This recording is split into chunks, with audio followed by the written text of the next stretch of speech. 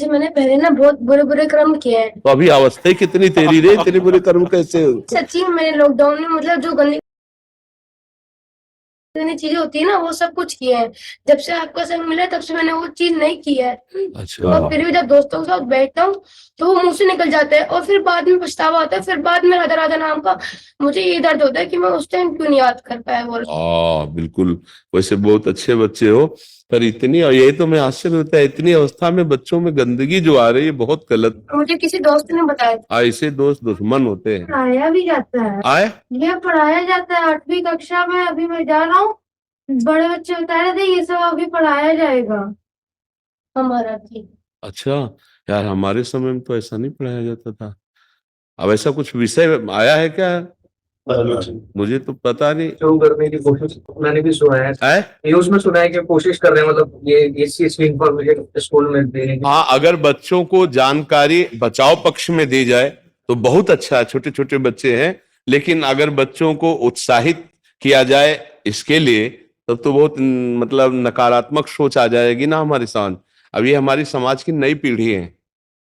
अगर ये हमारे राष्ट्र की ये नई सेवा पद्धतियों की, इन्हीं में एमएलए बनेंगे, इन्हीं में फौजी बनेंगे, इन्हीं में पुलिस बनेंगे, इन्हीं में चोर बनेंगे, इन्हीं में दुष्ट बनेंगे, इन्हीं में साधु बनेंगे। ये जो नई पीढ़ी है ना, अब जैसे बहुत प्रवीण बच्चा है, बहुत प्रवीण, बौद्धिक स्तर इसका बहुत जोर का है, तो उसने स्वीकार किया कि मैंने गलतियां की, बहुत बुरे कर्म किए। अब भला ये बच्चा क्या बुरे कर्म कर सकता है? वही जो अपनी गलतियों पर स्वीकार कर रहा है ना, मैंने बुरे किए। अब इस बच्चे को कैसे पता चला कि ये बुराई, ये क्या क्रियाएं हैं? तो दोस्त से पता चला, स्कूल जाने से ऐसे दोस्त। तो नए नए बच्चे मोबाइल से कुसंग प्राप्त करके उसका विस्तार कर रहे हैं। और अगर कहीं डॉक्टर वाली बातें जैसे ना कि ऐसा करने से स्वास्थ्य ठीक रहता है, जो हस्त क्रिया आदि है ना, तो इन बच्चों को और बढ़ावा मिल जाता है। कई ऐसे मतलब वीडियो, जब हमारा वीडियो पड़ा हस्त मैथुन का निषेध वाला, तो 10 वीडियो उसके साथ ऐसे आए जो उसके सपोर्ट वाले थे। इन बच्चों का सर्वनाश हो जाएगा अगर ये बात देखेंगे, तो इनको उत्साह बढ़ेगा ना। अच्छा, इनको परिणाम से मतलब नहीं, इनको थोड़ा सा सुख की अनुभूति, जैसे दाद है ना, नई दाद खुजलाओ तो अच्छा लगता है, बाद में उसका परिणाम वो फबदती और जलन पैदा करती है। ऐसे ही जो हस्त क्रिया है, तो बच्चे, इनको पता तो है नहीं कि मेरे जीवन की नाश की क्रिया है, उनको एक सुख का साधन मिल गया, खेलने का साधन मिल गया। अब वो दिन में कई कई बार ऐसा, और फिर इसके बाद जो उनका परिणाम आना चाहिए कि चक्कर आ रहा है, शरीर टूट रहा है, स्मृति नष्ट हो रही, पढ़ने में मन नहीं लगा, शरीर बहुत शिथिल रहता है, और वो आदत उसको खाए जा रही। तो कई ऐसे बच्चे जिनका सुधार करना हमको बहुत कठिन पड़ा। ये बच्चे बहुत बुरी तरह नष्ट हो रहे। आपका एक सत्संग भी था जिसमें एक बच्चा ऐसे ही आया था, तो उस सत्संग को देख के मैंने अपनी मम्मी पापा को वही बताया, तो उन्होंने भी कहा ऐसे नहीं करना चाहिए। तब से मैंने छोड़ दिया, पर फिर भी मन में वो चीज आती रहती है और खत्म नहीं होती वो चीज। जैसे आप बोलते ना, घूमते घूमते जब हम राधे राधे बोलते तो गंदी गंदी चीजें बाहर निकलती है। एकांतिक पाठशाला के आ रहा था, पहला क्वेश्चन उन्होंने पूछा था कि दोस्त बनाने क्यों है, जब भगवान जी को दोस्त बनाओ। पर फिर भी जब मेरे पिछली कर्म हुए, अगर मैं अब राधे राधे बोलूंगा तो खत्म हो जाएंगे। बिल्कुल खत्म हो जाएगी, चिंता मत करो तुम। हम कह रहे हैं, हमारी बात पर विश्वास करो, है नहीं?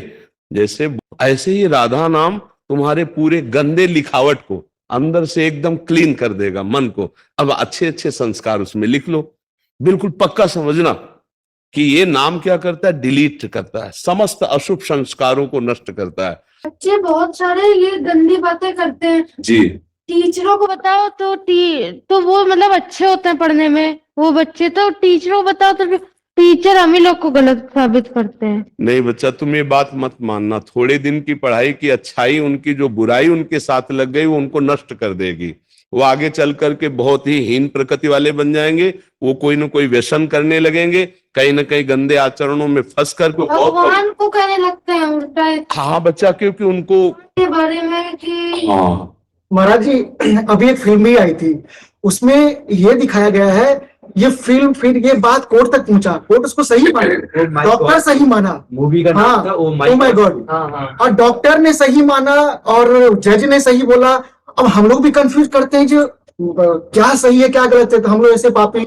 नहीं, हमको एक बात बताओ कि सबकी हम सही बात मानते हैं, लेकिन खुद के अनुभव की बात बताएं यहाँ हमारे पास दसियों बच्चे ऐसे आ चुके हैं जो हस्त मैथुन का शिकार होकर मृत्यु का वरण करने के लिए तैयार हुए हैं। एक अच्छे न्यूज चैनल पे जी डॉक्टर स्त्री डॉक्टर थी, वो बोली ये सही चीज है, करो, इससे मेंटली फ्री रहोगे और ये करना चाहिए। इसे वो बोलते हैं उसमें वीक में एक बार करना चाहिए वीक में, ऐसे बढ़ावा दे रहे हैं आपका। हाँ, कलयुग इसी से बढ़ेगा। जी मैं बच गया। मेरे मामा जी के बेटे ने आपका रोज प्रवचन सुनते हैं, उन्होंने मुझे सब समझाया, उस क्रिया से उन्होंने मुझे बचा लिया। हाँ, धन्यवाद बच्चा। और तुम कभी मत करना, हम पहले कभी किया ही नहीं। हाँ बच्चा, कभी मत कर। फिर बच्चों ने मुझे बाद में बताया, तो मैंने उनकी बात नहीं सुनी। बिल्कुल ऐसा मत करना। जब गृहस्थी में जाना, ब्याह हो, तो पति पत्नी वाला भाव अलग है। ये गृहस्थी लायक भी नहीं रखेगा। ये कैसी में थे तो मुझे ये बताया गया, अरे तुम नहीं करते हो, मतलब तुम कुछ लायक नहीं हो, तुम पुरुष नहीं हो, ऐसे मुझे भी कॉलेज में बताया गया। नहीं, अब कैसे, पता नहीं कौन सा कलयुग का प्रभाव चल रहा है कि जिन बड़े लोगों को निर्णय में थोड़ा विचार करना चाहिए, उन लोगों ने इसकी, डॉक्टर माता पिता के समान है, भगवान के समान है, क्योंकि वो मरीज को, अब आप बताइए कि जीवनी शक्ति वीर्य, जो एक मन अन्न खाने के बाद एक बार बच्चा पैदा करने की सामर्थ्य वाला वीर अंदर आता है, और हमारे कहीं वीर की थैली नहीं है, कहीं भी नहीं है। जैसे पित्त की थैली होती है, ऐसे वीर की थैली थोड़ी है। एक मनोवाह नाड़ी है, वो रक्त की मथानी है। जिस समय हम काम वेदना और चेतना से युक्त होते हैं, वो मंथन करके पूरे शरीर से, जब वीर शक्ति शरीर से निकलेगी तो पूरी नस नाड़ियों में तनाव होगा, और वो शक्ति बाहर वो खोखला कर देती है। ये हस्त मैथुन खोखला कर देता है, हड्डी तक की शक्ति निकाल देता है। और कमर दर्द होना, माथा दर्द होना, ज्यादा विचार करने की सामर्थ्य न रह जाना, स्मृति न रह जाना। आज पशुता बढ़ रही है, पशुता बढ़ रही है। हमारा देश बहुत पवित्र और धर्मात्मा और दयावान, आज हमारे देश में जो नौ पीढ़ी है ये बड़े संकट में है। जब टीचर ये कह देंगे भैया वैसे ही मन इंद्रिया इसी में राजी है, और जब हमें सपोर्ट डॉक्टर का हो गया, फिल्मों से हो गया, टीचर कह देंगे, तो भैया फिर क्या होगा? इन बच्चों की दुर्दशा हो जाएगी।